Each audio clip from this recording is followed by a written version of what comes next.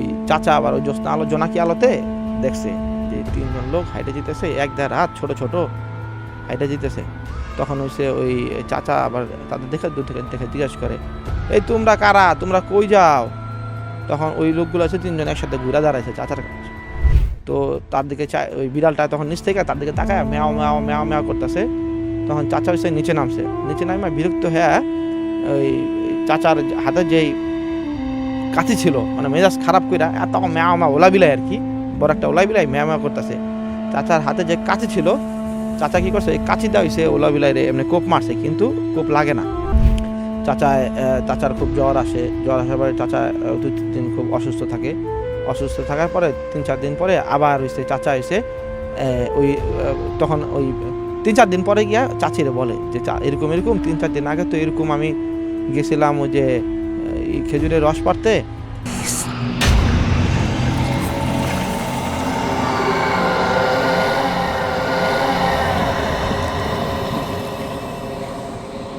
বরিশালের ঘটনা।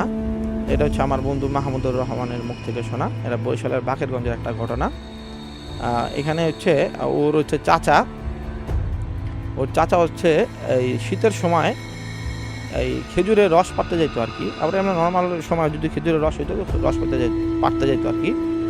তো হচ্ছে একদিন এরকম বাসা থেকে বের হইয়া ওদের বাসা থেকে আর খেজুর গাছের ডিস্টেন্স হইল 5-7 মিনিটের মতন আর কি, 7-8 মিনিট এরকম আর কি। তো খেজুরের রস পাড়তে যাইতেছে, ওই তাদের বাসা থেকে বের হলেই ছোট একটা মাঠ আর কি। এই মাঠের পাশে হয়েছে খেজুর গাছ, বাম পাশে হয়েছে খেজুর গাছ আর ডান পাশে হয়েছে নদী।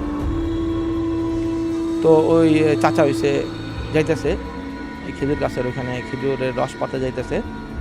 এখন খেজুরের রস পাড়তে যাবে, তখন দেখে যে ওই নদীর পাশে যে মাঠটা, মাঠের ওইখানে দেখে 1 হাত কি 1.5 হাত হবে 3 জন ব্রাহ্মণ আর কি।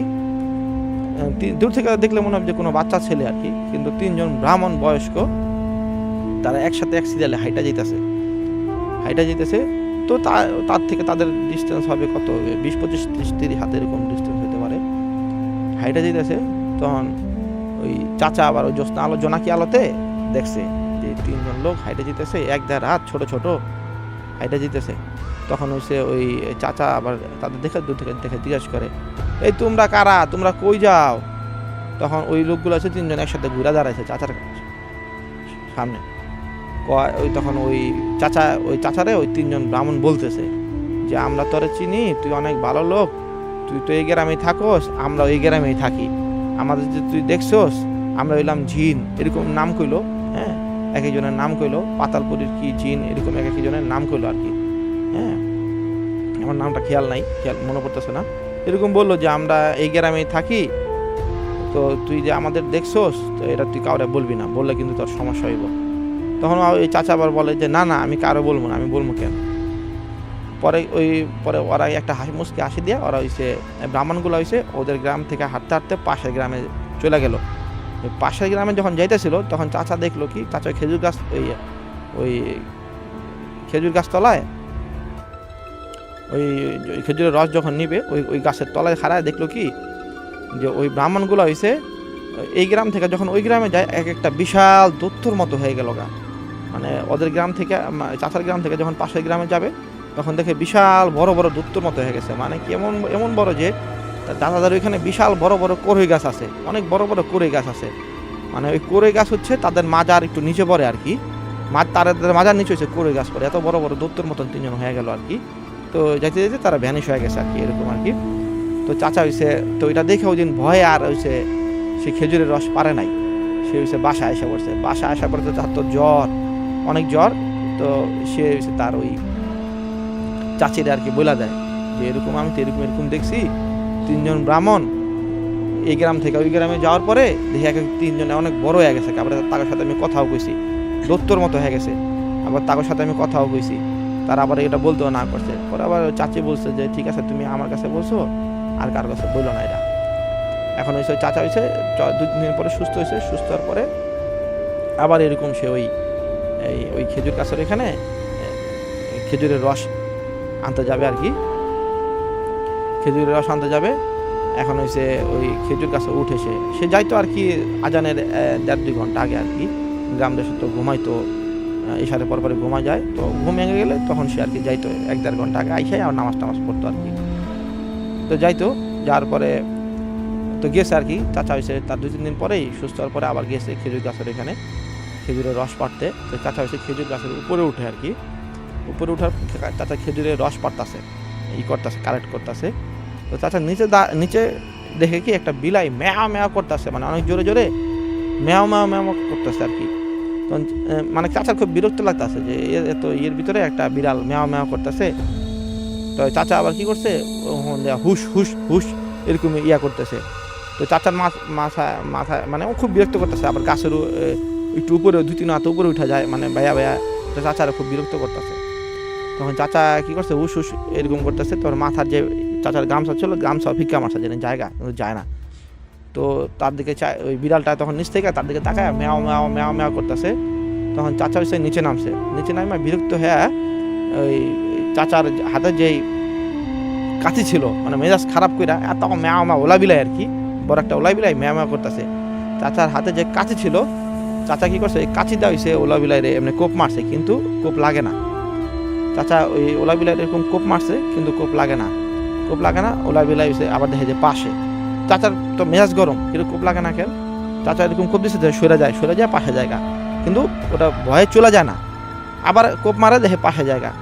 তখন দেখে সেম ওলা বিলাই 3টা হয়ে গেছে গা, মানে ওই যে ওলা বিলাইটা ছিল ওই সাইজের ওলা বিলাই 3টা হয়ে গেছে।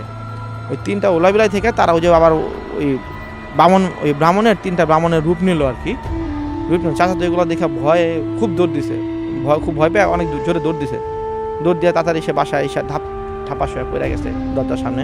পরে দেখে দাঁত লাগিয়া গেছে, সেটলি বেড়ে গেছে। তখন চাচারে তার চাচি বলে যে কী হয়েছে আপনার, কী হয়েছে? তখন তো সেন্সলেস হয়ে গেছে। তখন ওই পানি টানি সারা দেওয়ার পরে তখন চাচারা বলে কী হয়েছে আপনার কী হইলো হুট করে? পরে চাচা পরে জ্ঞান ফেরার পরে বলছে যে এরকম ওই আমি তো খেজুরের রস পাড়তেছিলাম, একটা বিলাই খুব ঝামেলা করতেছিল, ম্যাও ম্যাও করতেছিল, ডিস্টার্ব করতেছিল। আমি হচ্ছে বিলাইটা নাইমা কাছি দাও কোপ দিয়েছি, কিন্তু কোপ লাগে না। পরে একটা বিলাই হচ্ছে 3টা বিলাই, ওলা বিলাই, একটা ওলা বিলাই 3টা ওলা বিলাই হয়ে গেল। পরে 3টা ওলা বিলাই থেকে আবার ওই যে ওই ব্রাহ্মণের রূপ নিয়ে ব্রাহ্মণ হয়ে গেছে গা।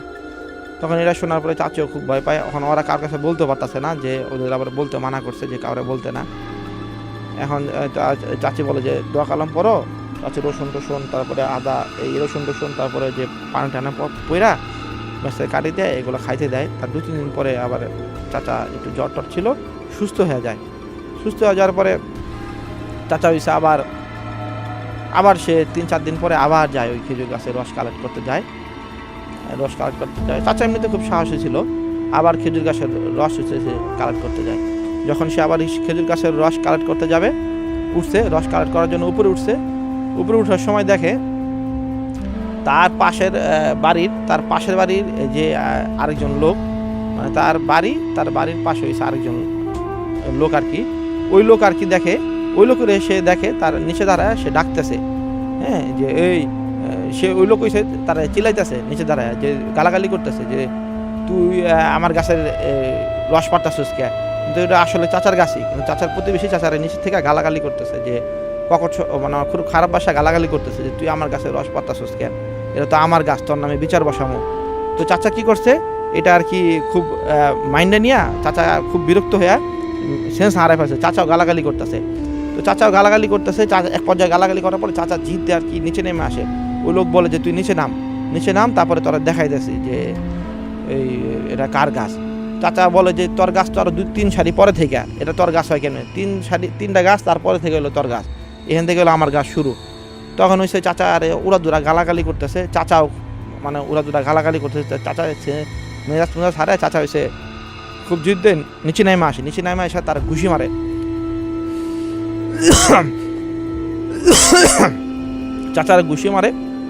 চাচা হয়েছে তারা ঘুষি মারে আর কি। দুজনে খুব পাস্তাপাস্তি করে।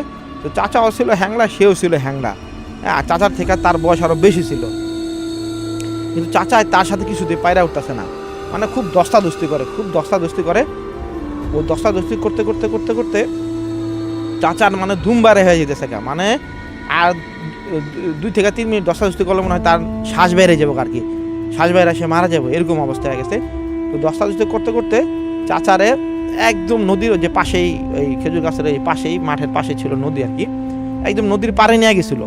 মানে আর মনে হয় 1 মিনিট দস্তাদস্তি করলেই বা 40-50 সেকেন্ড দস্তাদস্তি করলেই এই পানির ভিতরে চাচারা নামায় লাইতো।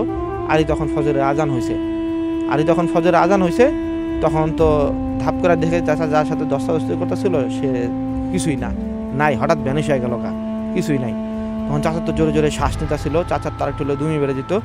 তখন চাচা বুঝতে পারছে যে এটা তো নর্মাল কিছু না, এটা তো ওই আমার পাশের বাসার কেউ না, এটা তো ওই যে ব্রাহ্মণ, ওরা কি হইতে পারে। তখন চাচা কি করছে, চাচা আস্তে আস্তে করে এই বাসায় চলে যাওয়ার পরে আবার তখন সে চাচির এটা বলে না, যে এই কাহিনীটা বলে না, যে এরকম কাহিনী হয়েছে, এটা চাচিরা বলে না। তখন চাচা এরকম 2-3 দিন অসুস্থ থাকার পরে চাচার খুব জ্বর আসার পরে চাচা 2-3 দিন খুব অসুস্থ থাকার পরে 3-4 দিন পরে আবার চাচা ওই তখন ওই 3-4 দিন পরে গিয়া চাচিরে বলে যে এরকম 3-4 দিন আগে তো এরকম আমি গেছিলাম ওই যে খেজুরের রস পাড়তে, কিন্তু ওই রস পাড়তে গেছে মতো যে পাশের বাসার যে জামিলা ছিল ও তো আমার নিচ থেকে অনেক গালাগালি করছে, আবার আমিও গালাগালি করছি। কারণ নাইমা যখন দুজনে নামার পর দুজনে অনেক ঘুষা মারামারি করছি, অনেকক্ষণ, আধা ঘন্টা 1 ঘন্টা মতো মারামারি করছি। যখন ফজর আজান দিচ্ছে দেখি কেউ নাই, ওইটা ওই ব্রাহ্মণ বা কোনো জিন টিন খারাপ কিছু ছিল। তখন ওই চাচি বলে যে আপনি অদা করেন, আপনি আর কোনো দিন এই রাত্রেবেলা হয়েছে আপনি ওই খেজুরের রস বা রাত্রেবেলা কোনো কিছু পারতে যাবেনই না। আর এটা তো আমরা তো কেউ না করছে, কইলে তো আরও সমস্যা বেশি হইব, কারকম আমরা এগুলো নিয়ে তারা টেনশনে করে যায়। তো চাচা অনেক দিন হয়ে যায়, কয়েক মাস হয়ে যায়, আর রাত্রে যাই না, মানে ওই খেজুরের রস পাড়তে বা কোনো রাত্রে সে বেরিয়ে হয় না, ঘুমায় যায়, একদম ফজরের সময় নামাজ পড়তে ওঠে আর কি।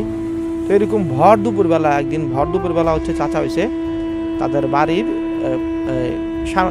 বাড়ি থেকে সামনের বাড়ির তার পাশে একটা ঘাটা আর কি, ওই ঘাটার ওইখানে বড় বড় বাঁশ ঝাড় ওগুলো চাচাদের জমি, বড় বড় বাঁশ ঝাড়। তো চাচা বাঁশ ঝাড়ে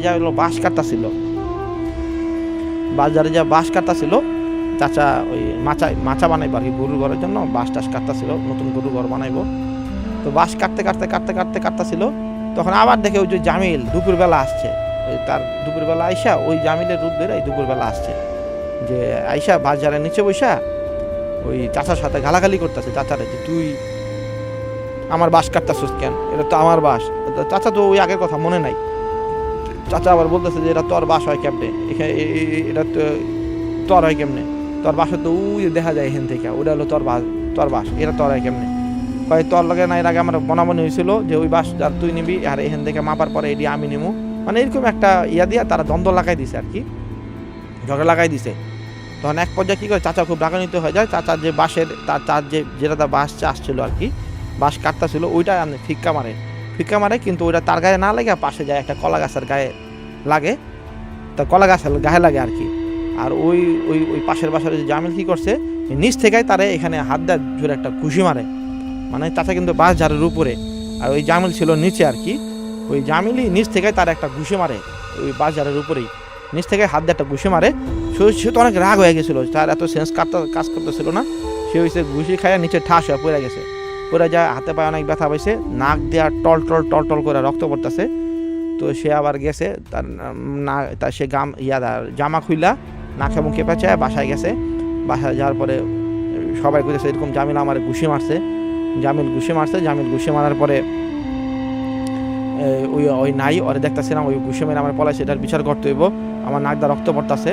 তখন চাচারে ট্রিটমেন্ট করে, তারপরে জামিলের পরিবারও আসার পরে কয় জামিল তো 2 দিন ধরে ঢাকা, কালকে ঢাকা গেছে, পরশু দিন ঢাকা গেছে, 2 দিন ধরে ঢাকা, আরও 2 দিন পরে আইব, জামিল আপনি কই থেকে পান? তখন তো চাচাই বুঝছে যে এরা তো জামিল না, এটা তো ওই যে ওখানকার কিছু একটা তারা ক্ষতি করার জন্য তার পিছিয়ে এখনো ছাড়ে নাই। তখন তারা আর কোনো কিছু না করে তারা ওই একটা হুজুরের কাছে যায়, ওইখানে একজন আলম মানুষ ছিল, ওই হুজুরের কাছে যায়, হুজুরে যাওয়ার পরে পুরো বিস্তারিত ঘটনাটা বলে। তো হুজুর তাদের ওই বাড়িটা পুরাটা, ওই এরিয়া পুরাটা বন্ধ করে দেয়, আর তাদের একটা তাবিজ দেয়। তাবিজ দেওয়ার পরে এখন পর্যন্ত আল্লাহর রহমতে এরপরে আর কোনো সমস্যা হয় নাই, এরপরে সুস্থ হয়ে গেছে আর কি। এই ছিল আমার তৃতীয় ঘটনা।